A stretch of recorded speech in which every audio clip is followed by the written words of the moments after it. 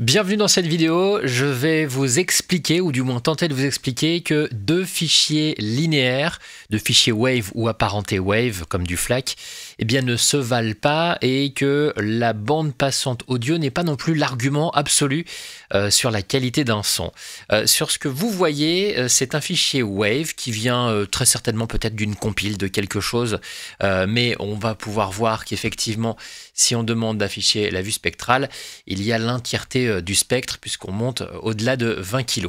Je vais vous faire écouter un moment de ce titre de Bananarama et vous allez voir que sur les S déjà, il y a un petit souci.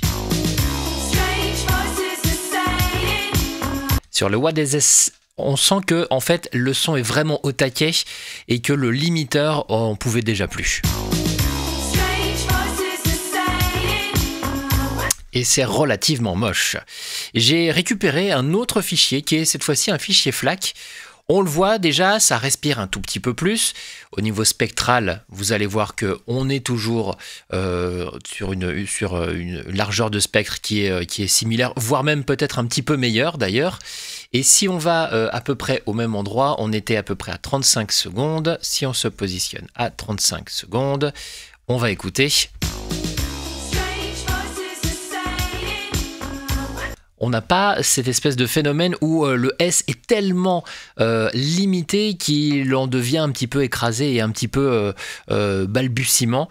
Donc l'intérêt de faire attention effectivement à la dynamique d'un son est aussi très important puisqu'on le voit, certes le son va sonner un petit peu moins fort, mais il va avoir des attaques bien meilleures et ça sera plus sympathique à la longue, à l'oreille, à écouter.